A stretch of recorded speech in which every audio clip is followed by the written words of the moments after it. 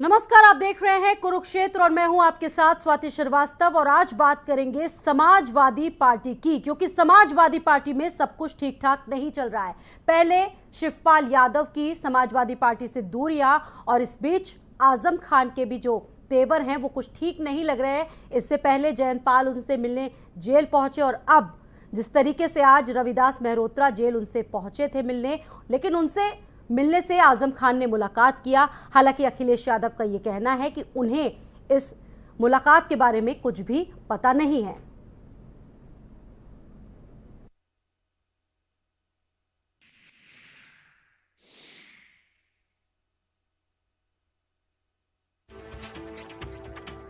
थे जेल में आजम से मुलाकात के लिए। तो सपा से आजम की दूरी, यूपी की राजनीति में आजम खान को लेकर अब जो नाराजगी के सुर उठ रहे हैं, उसके बाद कहीं ना कहीं समाजवादी पार्टी का जो रिएक्शन है वो इस पर आना शुरू हो गया है। रविवार को सपा के लखनऊ मध्य से विधायक रविदास मेहरोत्रा जेल में बंद आजम खान से मिलने पहुंचे थे, लेकिन जेल प्रशासन ने तबीयत खराब होने का हवाला देते हुए मिलने से इनकार कर दिया। सुबह 10 बजे वो उनसे मिलने पहुंचे थे। मेरी जानकारी में नहीं है कौन गया था मिलने, मेरी जानकारी में नहीं है। विधायक जी कहते रविदास मेहरोत्रा, क्योंकि मुझे यहाँ पर इस गांव में आना था, मुझे जानकारी नहीं है कि कौन मिलने गया था। वो स्वयं ही शायद गए होंगे, मुझे जानकारी नहीं है। समाजवादी पार्टी उनके साथ है। देखिए, वो कानूनी है और जो समाजवादी पार्टी लीगली मदद कर सकती है वो करेगी, लेकिन उनके साथ जो अन्याय हुआ है वो भारतीय जनता पार्टी ने किया है। भारतीय जनता पार्टी जानबूझ करके ऐसे अधिकारियों को लेकर गई जिससे उनके ऊपर अन्याय हो सके, झूठे मुकदमे लग सके। माननीय आजम खान साहब बताया गया कि बहुत अधिक अस्वस्थ हैं, उनको बहुत तेज बुखार है, उनको लूज मोशन हो रहा है और वो दवा खा के सो रहे हैं। लेकिन मुझको लगता है कि अब प्रशासन को, सरकार से कोई आदेश है कि हमको उनसे न मिलने दिया जाए। आजम खान साहब जेल के अंदर फांसी गरज जो होता है, जहां फांसी प्राप्त किए हुए मुलजिम रहते हैं, उस कोठरी में तन्हाई में उनको बंद किया गया है। आजम खान साहब को जेल के अंदर न बी क्लास मिला है, न सुपीरियर क्लास मिला है और वो आम अपराधी कैदियों की तरह जेल के अंदर उनको बंद रखा जा रहा है। तो उत्तर प्रदेश की राजनीति में एक बार फिर से आजम खान सुर्खियों पर आ गए हैं और मामला कहीं ना कहीं आजम खान को लेकर एक बार फिर से घूमता हुआ दिख रहा है। और इस खास मुद्दे पर हमारे साथ तमाम खास मेहमान भी जुड़ चुके हैं। खास गेस्ट पैनल इस वक्त कुरुक्षेत्र में हमारे साथ जुड़ चुका है। सबसे पहले उस पैनल का परिचय आपसे करवा देते हैं। ओपी सिंह जी हैं, प्रवक्ता हैं बीजेपी से, सर आपका स्वागत है। शैलेंद्र तिवारी जी हैं, प्रवक्ता कांग्रेस से हैं। शैलेंद्र जी, आपका भी बहुत बहुत स्वागत है। ताहिरा हसन जी हैं, मुस्लिम स्कॉलर। ताहिरा जी, आपका भी स्वागत है इस पैनल पर। रजा रिजवी जी हैं, वरिष्ठ पत्रकार। रजा रिजवी जी, आपका भी बहुत बहुत स्वागत है। और नवीन दुबे जी, सपा नेता। नवीन जी, आपका भी बहुत बहुत स्वागत है। हालांकि समाजवादी पार्टी की बात हो रही है तो शुरुआत आपसे ही करते हैं। नवीन जी, आखिरकार ये चल क्या रहा है समाजवादी पार्टी में आजकल? पहले शिवपाल, फिर आजम खान और आज रविदास मेहरोत्रा जब पहुंचने उनसे मिलने पहुंचे तो कहीं ना कहीं आजम खान ने उनसे मिलने से इनकार कर दिया।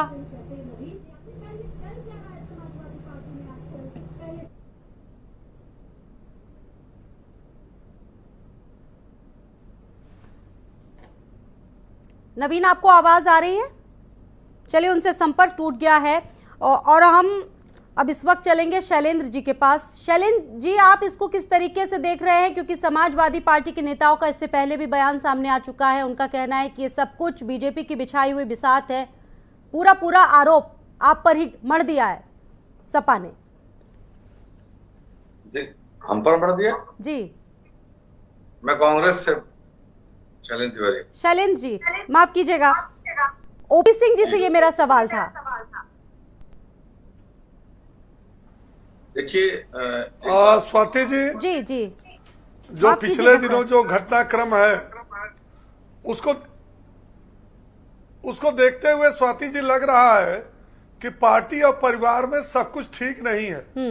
ये समाजवादी पार्टी के जो नेता गए थे रविदास मल्होत्रा मिलने के लिए और आजम खान ने मिलने से इनकार कर दिया, तो उन्होंने क्या किया कि जो पार्टी के अंदर जो लड़ाई चल रही है, तकरार चल रही है, उस पर पर्दा डालने के लिए उसका ठीकरा जो है सीधे सीधे उन्होंने भारतीय जनता पार्टी पर फोड़ दिया। भारतीय जनता पार्टी को क्या लेना देना आजम साहब से मिलने कौन जा रहा है? दरअसल इसके पीछे की जो पटकथा है स्वाति जी, उस पर ध्यान दीजिए। 11 अप्रैल को उत्तर प्रदेश में एक ऐसा बयान आया जिससे पूरा हलचल मच गया। और वो बयान दिया कौन? आजम खां के बेटे अब्दुल्ला आजम ने, आजम खां के प्रवक्ता ने, आजम खां के समर्थकों ने एक साथ बयान पूरे उत्तर प्रदेश में दिया कि आजम खां के साथ समाजवादी पार्टी नहीं है, उनके साथ अन्याय हुआ है, समाजवादी पार्टी को खड़ा होना चाहिए। यह पटकथा 11 तारीख को, 14 तारीख को, 14 अप्रैल को AMI के लोग जाकर के मिलते हैं और उनसे ऑफर करते हैं। 20 तारीख को उनके बेटे अब्दुल्ला आजम, उनकी पत्नी और पूरा परिवार जाकर के मिला आजम खां से। और 22 तारीख को शिवपाल यादव जब मिले हैं तो ये बात पुख्ता हो गई कि आजम खां अब समाजवादी पार्टी के साथ चलने वाले नहीं है। अब देखिए बयान क्या आ रहा है, देखिए बहुत ध्यान से स्वाति जी, मैं बता रहा हूं। रविदास मल्होत्रा जो मिलने गए, उन्होंने कहा कि साहब आजम खां के साथ बहुत बड़ी जो है उनके साथ नाइंसाफी हो रही है। अगर ये बताइए नाइंसाफी हुई तो उनके बेटे, उनकी पत्नी, उनके समर्थक जो मिलने जाते हैं या कोर्ट के अंदर पेशी होती है अपने वकील के माध्यम से, क्या कभी ने उन्होंने शिकायत किया? अखिलेश यादव जी ने बात आज किया, उनका भी बयान मैंने सुना। अखिलेश यादव कह रहे हैं कि आजम खां के साथ अन्याय हुआ। अरे भाई, आपके पार्टी के कद्दावर नेता हैं, संस्थापकों में से एक है, अगर उनके साथ अन्याय हुआ है तो समाजवादी पार्टी कितने दिन विधानसभा में विरोध की, कितने दिन सड़कों पर तो सर, ये आप मानते हैं कि आजम खान पर जो आरोप लगाए गए वो पूरी तरीके से सही है? क्योंकि आपकी पार्टी के एक सांसद हैं, बीजेपी से सांसद हैं, वो भी कहते हैं कि हम जाएंगे आजम खान से जेल में मुलाकात करने के लिए। आप आजम के साथ हैं, बीजेपी आजम के साथ है। इस पर बीजेपी प्रतिबंध क्यों लगा गए? नहीं, बीजेपी आजम के साथ न किसी के साथ है। हाँ, बीजेपी के ऊपर जो ये आरोप मढ़ा जा रहा है स्वाति जी, मैं उसका जवाब दे रहा हूँ। कौन मिलने जा रहा है? जा सकता है। अरे वो भी जनप्रतिनिधि है, वो भी जनप्रतिनिधि है, ऐसी क्या बात है? राजनीतिक जीवन में मुलायम सिंह यादव के कार्यक्रम में भारतीय जनता पार्टी के तमाम नेता गए, यहां तक कि प्रधानमंत्री गए, और उसी मुलायम सिंह यादव ने संसद में यह भी आशीर्वाद दिया कि मोदी जी आप बहुत अच्छा काम कर रहे हैं, अगली बार फिर प्रधानमंत्री। ये राजनीतिक सौहार्द है। लेकिन ये क्या कर रहे हैं कि लेकिन सर, ये सौहार्द इसी बीच क्यों सामने आता है जब अखिलेश यादव से दूरियां सामने आती है आजम खान की, और कहीं ना कहीं उनकी पार्टी के जो कुछ नेता होते जब वो सपा छोड़ देते हैं, ये सौहार्द तभी क्यों दिखता है? इससे पहले क्यों नहीं सौहार्द दिखा बीजेपी की तरफ से? अचानक से इतना प्यार कैसे आजम खान से सर? न तो पार्टी को जी नहीं, आजम खान न्यायिक प्रक्रिया से जूझ रहे हैं। आप ये बताइए कि आजम खान जैसे हर व्यक्ति के ऊपर जो आरोप होता है वो एक न्यायिक प्रक्रिया से जूझ रहे हैं, उसमें न्यायालय के मामले में भारतीय जनता पार्टी क्या कर सकती? ठीक है सर, न तो उनकी जमानत कर सकती है, न तो उनको ज्यादा दिन जेल में रख सकती है। वो तो एक न्यायिक प्रक्रिया है। हमारा प्रेम क्या है? अर्पणा यादव परिवारवाद को छोड़ करके भारतीय जनता पार्टी में चले आए, तो समाजवादी पार्टी हमारे ऊपर ठीकरा क्यों फोड़ती? ठीक है सर, नवीन जी इसका जवाब देंगे। नवीन जी, आखिरकार चल क्या रहा है आपकी पार्टी में? इतनी तालमेल की दिक्कतें क्यों हो रही हैं, और क्यों पहले शिवपाल फिर आजम, ये क्या तस्वीरें हैं? इतनी दुश्वारियां क्यों दिख रही हैं समाजवादी पार्टी में? क्या कहेंगे इस पर?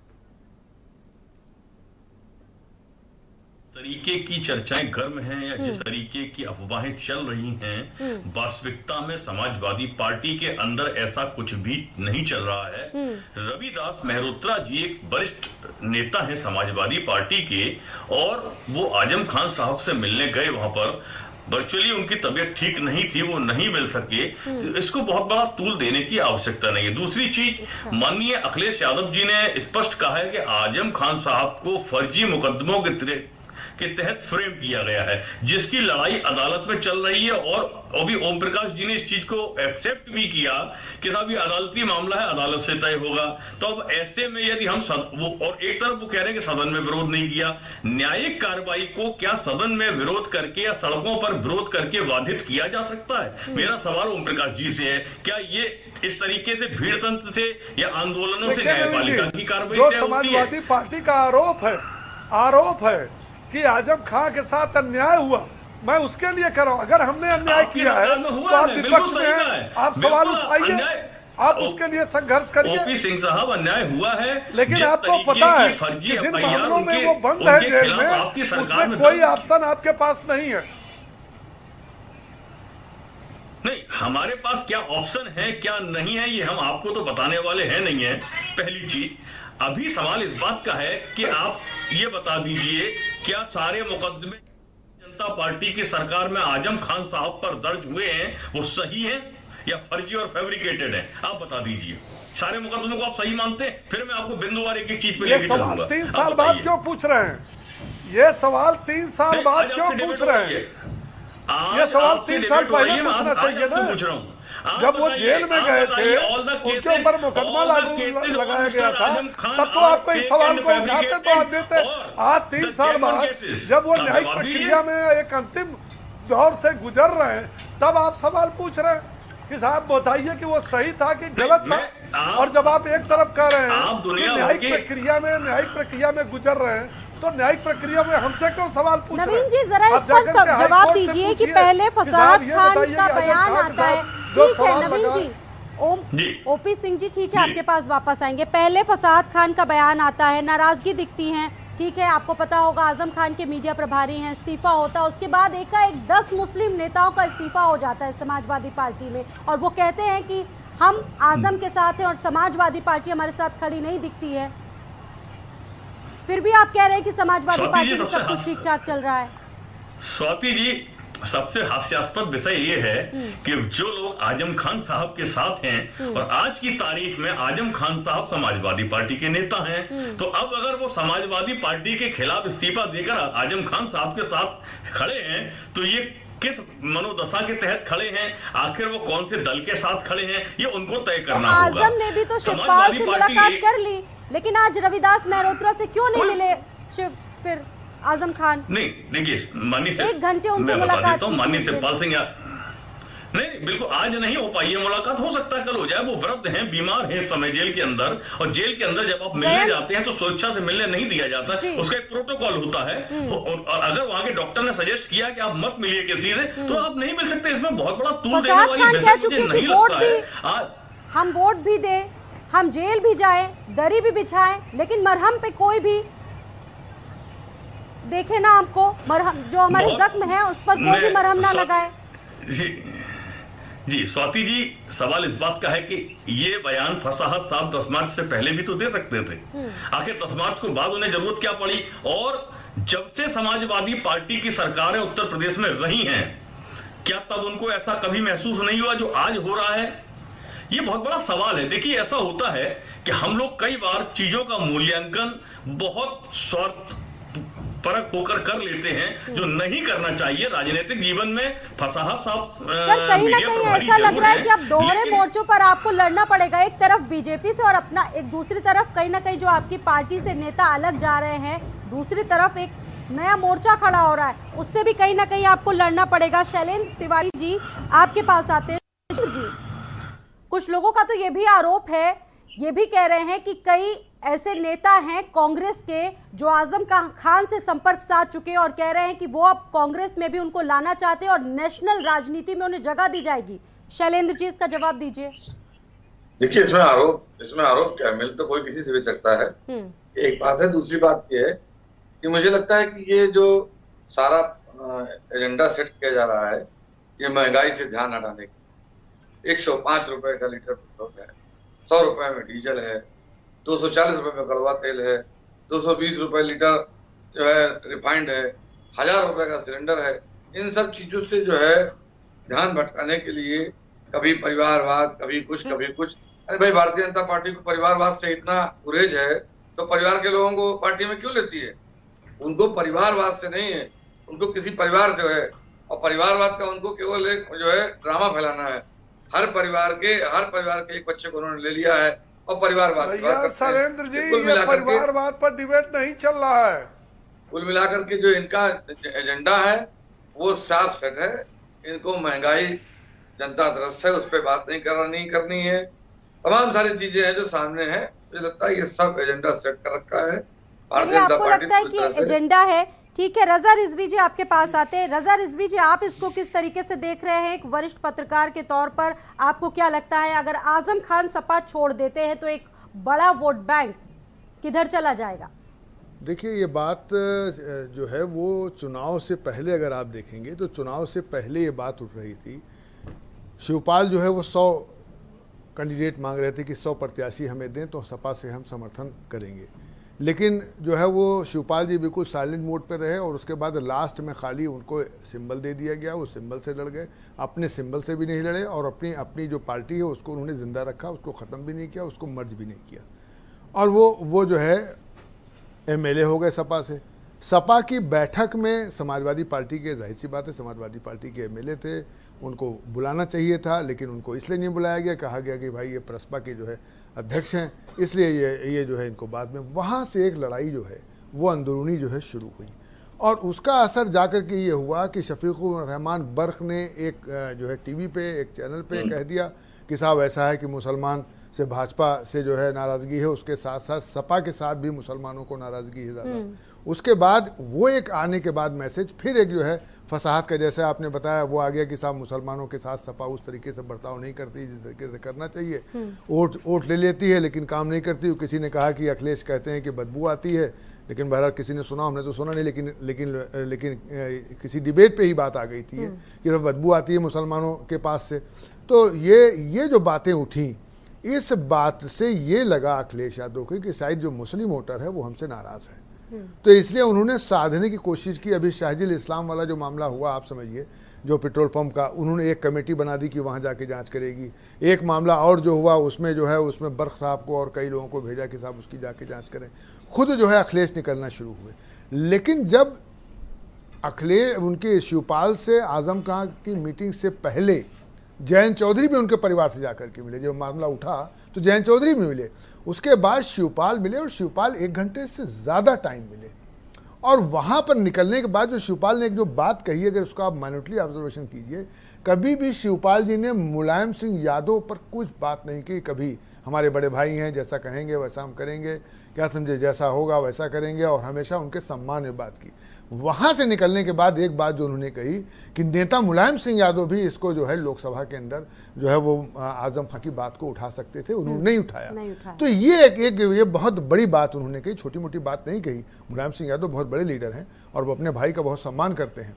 उसके बाद 1 घंटा बात होने के बाद, 1 घंटा से ऊपर बात होने के बाद, और आज जो है वो समाजवादी पार्टी के प्रतिनिधिमंडल से ना मिलना, ये इस बात का द्योतक है कहीं ना कहीं कुछ खिचड़ी पक रही है। इसको नकारा नहीं जा सकता। ठीक है, यानी कि ना आप चाचा को संभाल पा रहे हैं या ना आप चाचा जी को संभाल पा रहे हैं। तायरा जी आप इसे किस तरीके से देख रही हैं? क्योंकि ओवैसी भी आजम को अपनी पार्टी में आने का न्योता दे चुके हैं। तमाम ऐसी पार्टियां हैं विपक्षी जो कह रही है कि आजम खान आइए, आपका स्वागत है।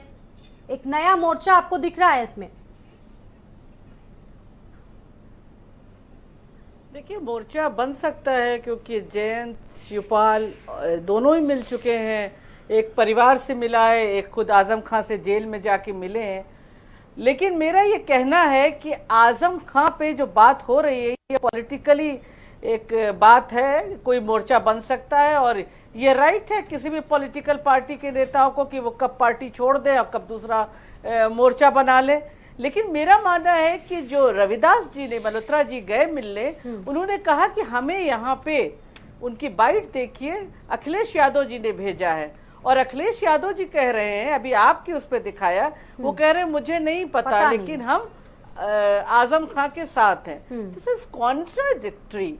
ये अजीब सी बात है। इतना सीनियर लीडर रविदास जी इस तरह की बात कर देंगे कि जहां पर कॉन्ट्रडिक्शन हो गया।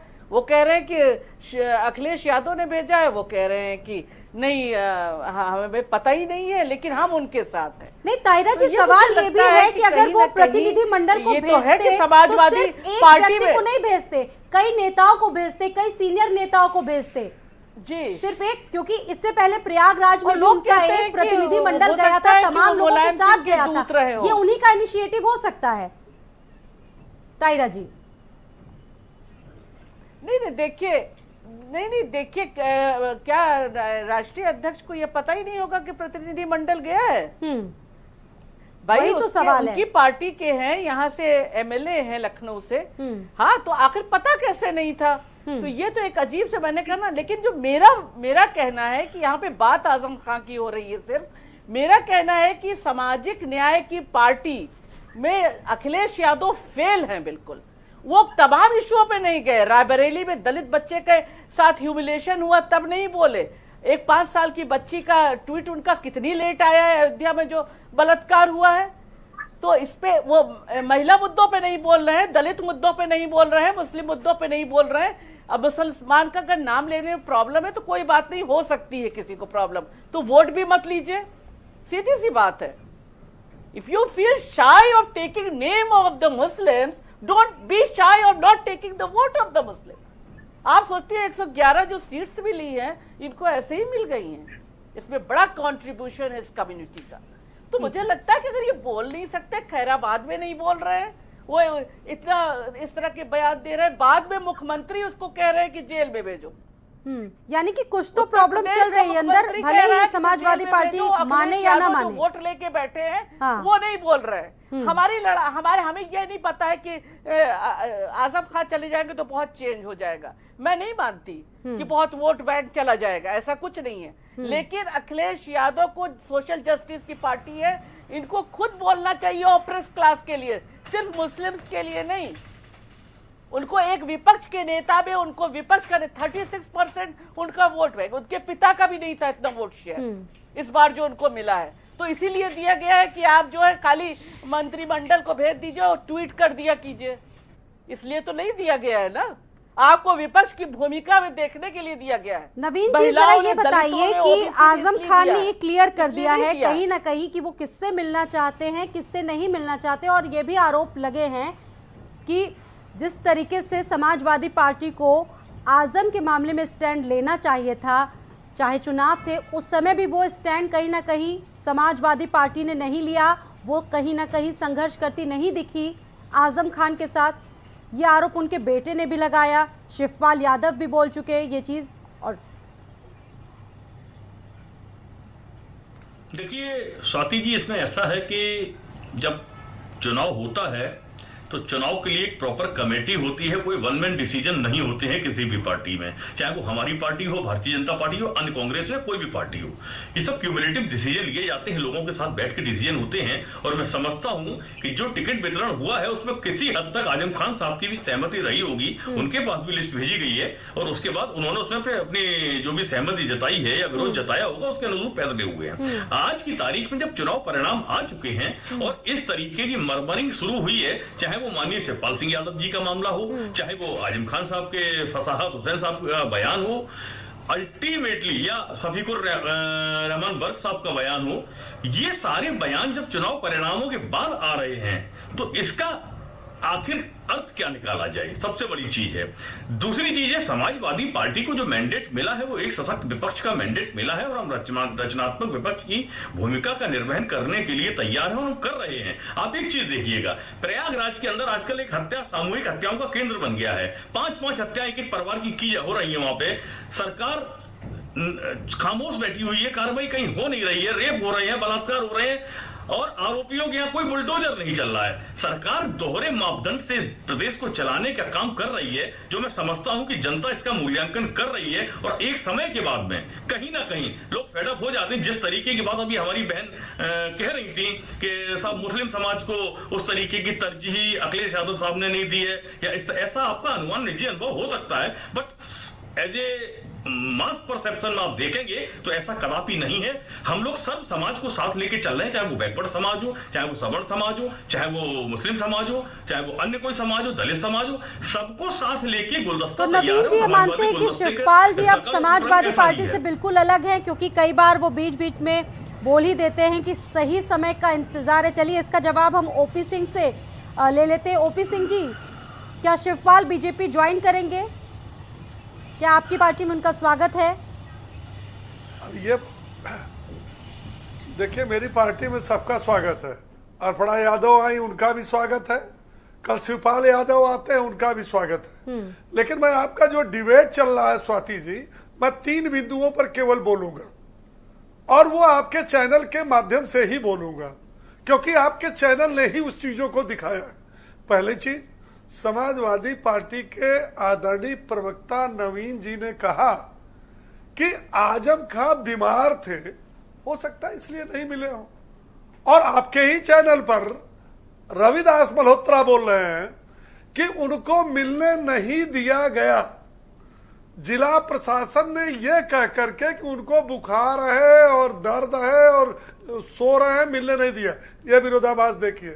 दूसरी बात, रविदास मल्होत्रा वही जेल परिसर के बाहर कह रहे हैं कि मुझे राष्ट्रीय अध्यक्ष अखिलेश यादव जी ने भेजा, और उसके बाद वो बयान अखिलेश यादव जी दे रहे हैं कि मुझे तो पता ही नहीं कौन गया, कहां गया, किससे मिला, ये पता नहीं।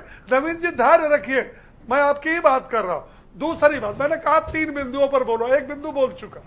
दूसरा बिंदु ऐसा है स्वाति जी कि पूरा इतिहास समाजवादी पार्टी का उठा करके देख लीजिए।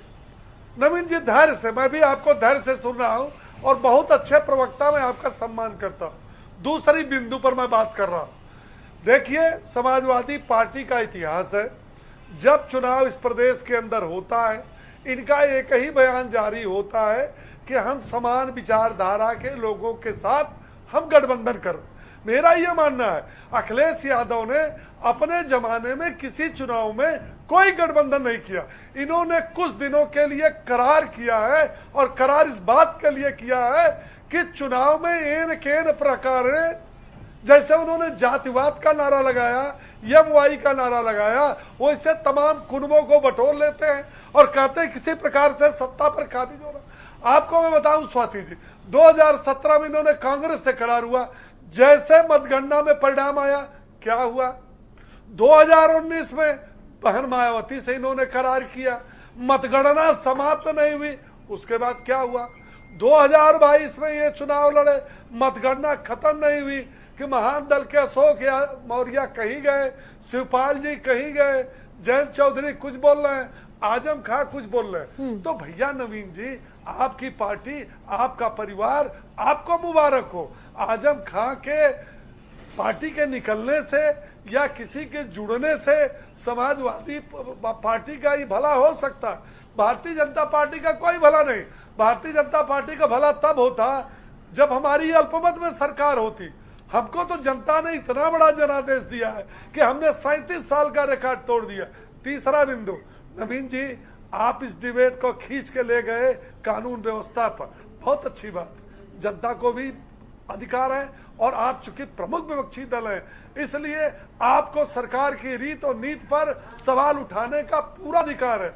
आपने कानून व्यवस्था की बात की। नवीन दुबे जी पढ़े लिखे हैं, विद्वान व्यक्ति हैं। क्या 2022 का जो चुनाव लड़ा गया उसमें यह कानून व्यवस्था नहीं था? मैं तो यह कहता हूं कि अगर 2017 में हमारे ऊपर जनता ने विश्वास किया, तो 2022 में जो हमको पूर्ण बहुमत की सरकार मिली है, उसमें विकास और नेतृत्व के साथ साथ तीसरा जो सबसे प्रमुख कारण था, कानून व्यवस्था था। और उसी कानून व्यवस्था के तहत जब अपराधियों, माफियाओं, गुंडों के ऊपर बुलडोजर चला, तो आपके नेता के पेट में दर्द होने लगा।